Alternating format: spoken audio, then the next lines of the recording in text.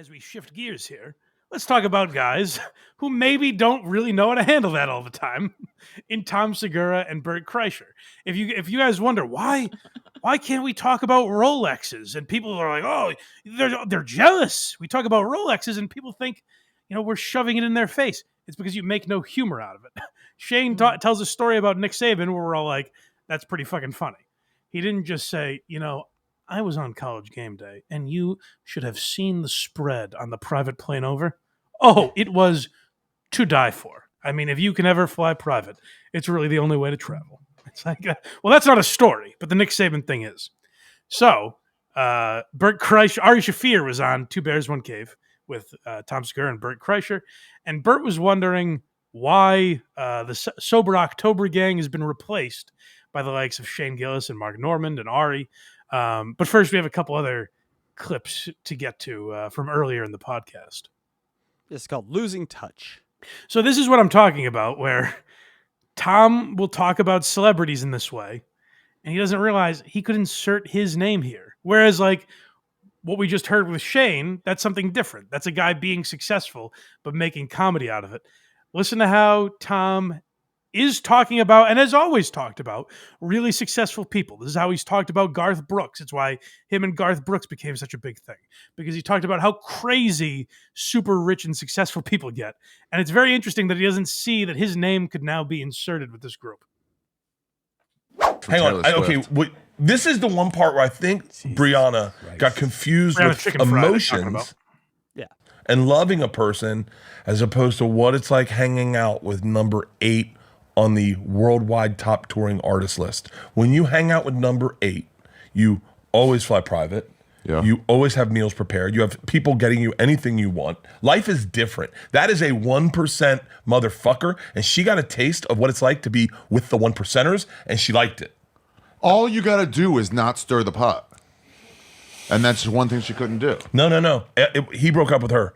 He broke up with her because I think he's just, I think he doesn't understand how fucking, what a mind fuck being number 8 on this list is for him. He's trying to be a real dude, and there's no way you can be real when you're number 8. That's just impossible. They look at the world in this way of like how successful you are. It's like, well, if you're number 8 on the list, because I think Bert really likes that he was on the list of comedians. He was like 6th or whatever in money earned.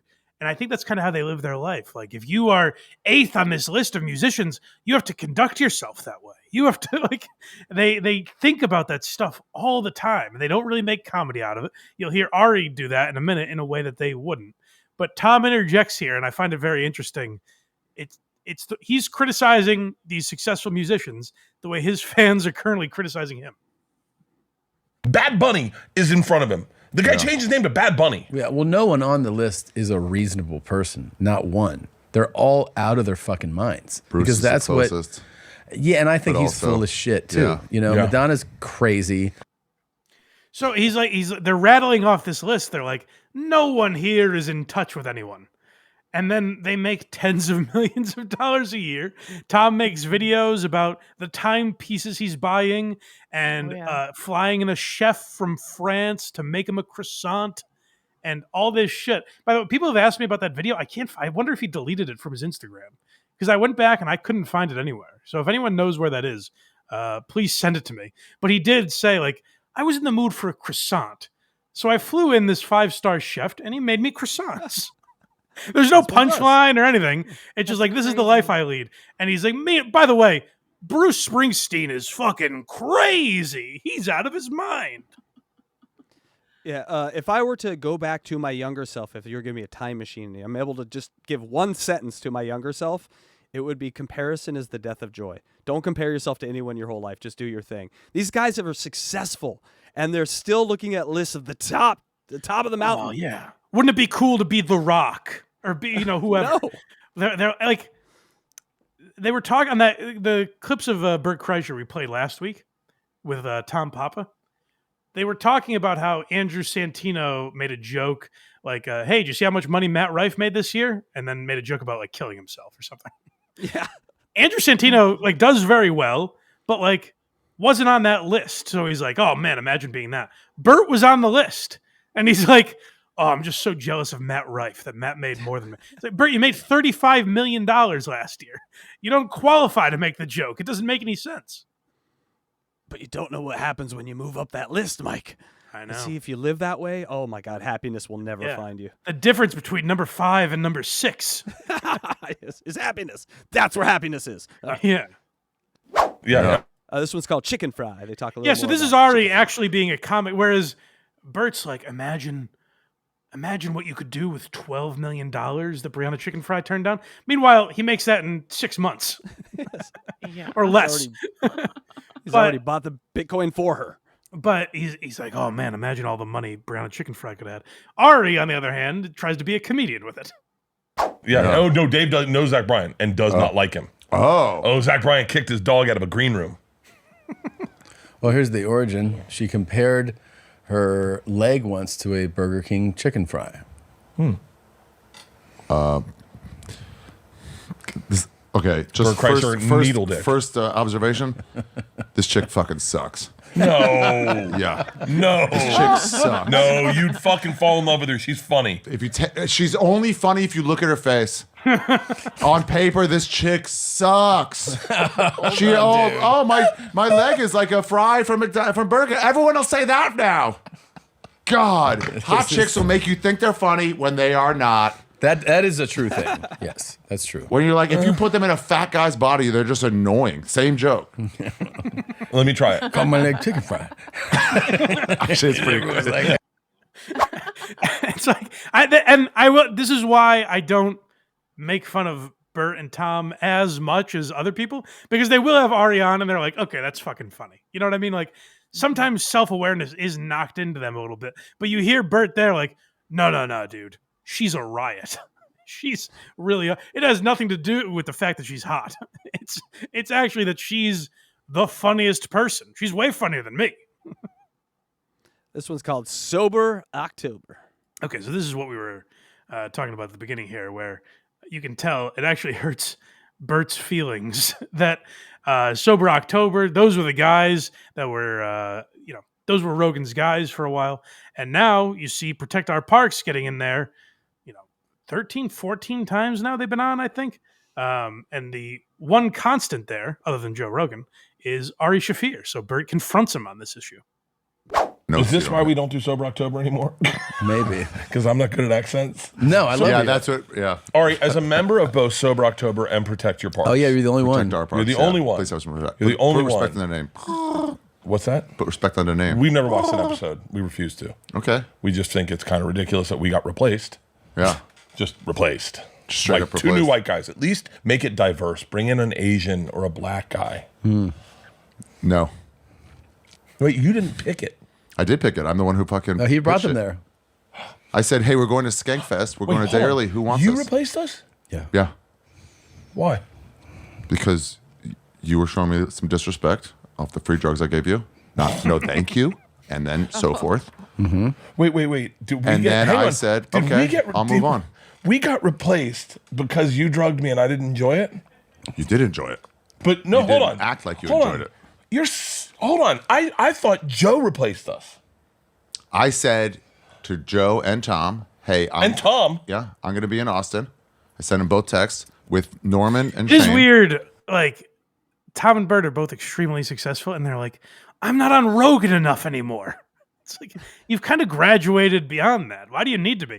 But there's a weird, like, father figure thing, and they'll get to it, that Bert holds Rogan in, where, like, Tom doesn't give a fuck about this, but Bert's like, how come I'm on Rogan less than I used to be?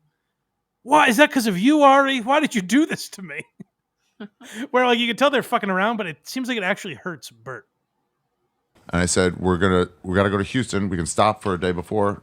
You want like a 4? And Joe's like, yeah. Just so you know, Yeah. I don't care.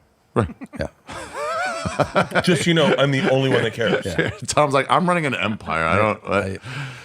Guys, I have a career also, but like, Yeah. but also I do go.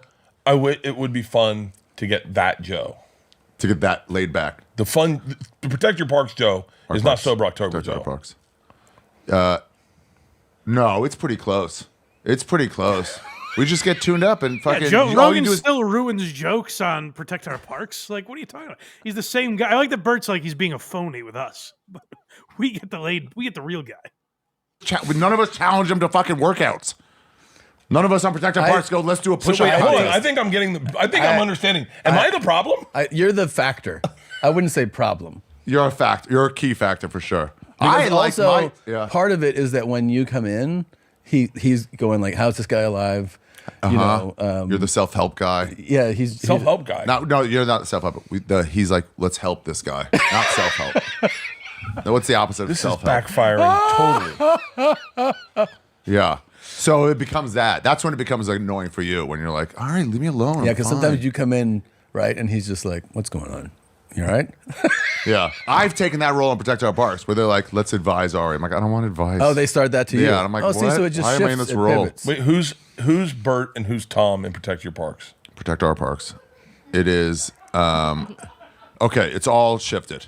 Yeah. So Shane's Bert. No. Bullshit, I'm not Mark. No. What a strange way to think of this.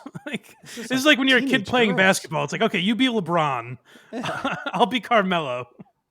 Bert's playing house. He's playing like house as a kid. Yeah. And he's like crazy success. And he's like, wait, which one am I? Can I be Joe? I really want to be Shane. It's like, you're yourselves. You're all successful men. You don't have to pretend to be, you don't have to cosplay as Shane Gillis. What is this? Someone smart said poor people are much funner to talk to. Like it was a rich guy's, like, because rich parties suck. I'm kind of seeing that. Like this would just be a inane conversation, but you go to a poor person's place. This is funny. They're funny. Yeah. It's also weird. Like if he was on Rogan, it was like, hey, why are we on less? What the fuck? Now you love Shane and Mark, so you can't have us on anymore. That would be more interesting than him being on his own podcast where he's like, man, I wish just Joe would invite us on more. Yes. We can't get on Joe's show. Why am I? They've been on individually. I don't know why he's acting like he's banned from the building. They're trying to make us feel bad for them, and they have Maseratis. Stop it. Not working. I don't feel bad for you guys. I'm you. You're me? I'm you. Shane's Joe. What? Joe's Tom. Shut the fuck up. Yeah. Joe's Wow. Tom. Norman's me. And I'm you. Wow, that's a huge shift. That's actually Yeah, great. it's Shane's show. Oh, it's Shane runs it. Yeah. Really? It's Shane's show. Really? This is my impression of Joe Rogan when Shane's in the room. Shane is one of these Shane's. I mean, sorry, Shane. Rogan is one of these Shane Swifties I was talking about that he loves. And I think what happened was, I believe this. I've started to think this way. I haven't always thought this way about Rogan. I think Rogan is like insecure about his comedic ability. And he saw for years that he was getting shit on for being the reason Brendan Schaub had a comedy career. And even now he gets shit for Tony Hinchcliffe and Bert and Tom. And like people think Rogan is the only reason these guys have careers. Schaub, maybe I'll grant you. The other guys, like Kill Tony became massive. You can't say that's all because of Rogan. Same with Two Bears and the other stuff these guys do. So I don't really think that's fair. They had individually successful comedy careers. But when Rogan saw Shane, I think he was like, this is the one guy I will not be mocked for having on. And I think that's probably true of Norman and Ari, too, where he's like, okay, these are real comics where people won't say I'm having hacks on. Yeah. And I think Rogan gets excited for that because I think there is something to be said when people say, like, when there's a joke that Rogan doesn't get and he does the, like, semi-fake laugh where he's like, like you can't tell if he's really laughing or mocking the person. I think that's because Rogan doesn't always get jokes, and I think he's insecure about that. I've never really thought negatively of him for that. I'm like, his mind just works differently. He's thinking of things very questioning, like, well, what do you mean by that? Especially when he's in the mode of podcasting. But I think it is an insecurity that Joe has. And I think he saw Shane as a blanket for that. So it's very fun. Like, it is actually pretty insightful that Ari broke it down that way because I think there's something to be said for it. Next one's called Rogan.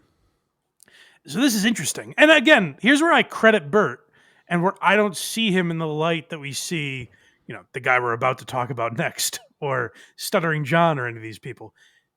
There's an element of Bert's self-awareness where he will bring up these subjects and he's like, maybe this is why I behave this way. So I credit him for that. It is just odd as a 50-year-old man to have these daddy issues about a peer of yours. Yeah, they're usually resolved by now. How much of your life is lived to get Joe Rogan to say, "I'm finally proud of you"? Oh, the look on his face, Mike, is hilarious. Wow. It's a higher percentage than he wants to say. Cut him deep. I'm gonna get so fucking real. Oh boy, tears are here. No. I don't cry anymore. Oh, I definitely wouldn't cry when I did. There is a part of me that I'm uncomfortable with how much that accurate that statement is. I look up to him so much, like as a big brother, because I never had a big brother, and like his advice he gave me in stand up when I was at my lowest was so pivotal in getting me to where I am today. That like when I catch good clips that he says like nice things about me, it makes me happier than it should make me. Yeah. But that's why I don't see Bert as like the lol cow some people want to make. I know, like, so Podcast Cringe did a video about this segment, and Podcast Cringe does a great job, obviously, but it's always negative with that. Like, he always finds the angle of like, look at this fucking asshole Bert. I look at it more like he is being honest. He's seeing something that he could get mocked for and going, ah, fuck. You know what?